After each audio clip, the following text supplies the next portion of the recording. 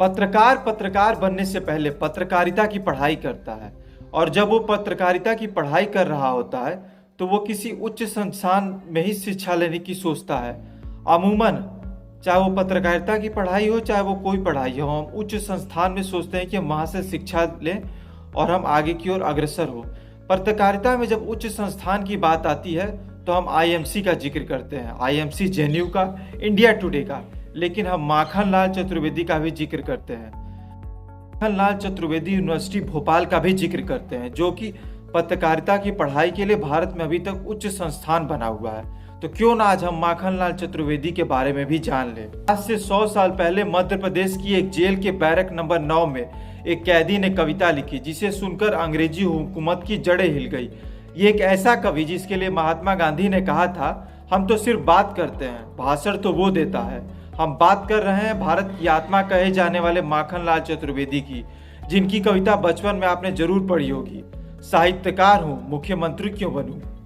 माखनलाल चतुर्वेदी से जुड़ा एक किस्सा कवयित्री महादेवी वर्मा बताती हैं कि जब देश आजाद हुआ तो मध्य प्रदेश के पहले मुख्यमंत्री पद के लिए माखनलाल चतुर्वेदी का नाम आगे किया गया।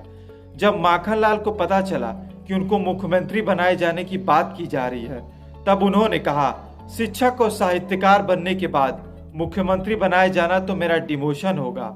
ऐसा कहकर उन्होंने इस पद को ठुकरा दिया। इसके बाद रविशंकर शुक्ल को मध्य प्रदेश का मुख्यमंत्री बनाया गया। माखनलाल चतुर्वेदी सरल भाषा में कविता लिखने वाले रचनाकार थे।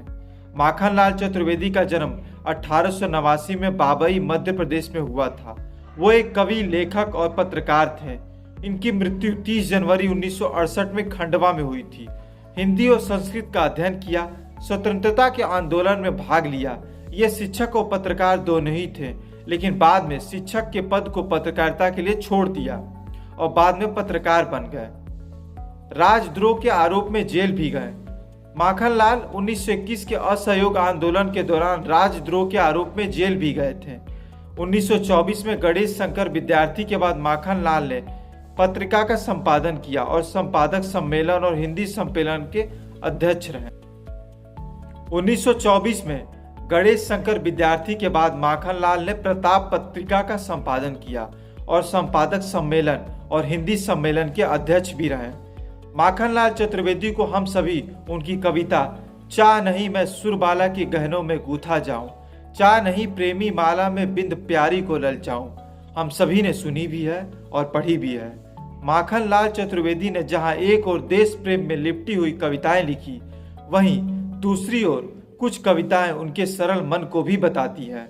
1963 में पद्म भूषण से भी सम्मानित हुए। आधुनिक हिंदी साहित्य में अपना योगदान देने के लिए साल 1963 में गणतंत्र दिवस के खास मौके पर राष्ट्रपति डॉक्टर सर्वपल्ली राधाकृष्णन ने उन्हें पद्म भूषण से सम्मानित किया। इसके साथ ही उन्होंने साहित्य अकादमी 1954 से भी सम्मानित किया गया। माखनलाल की कई रचनाएं हैं।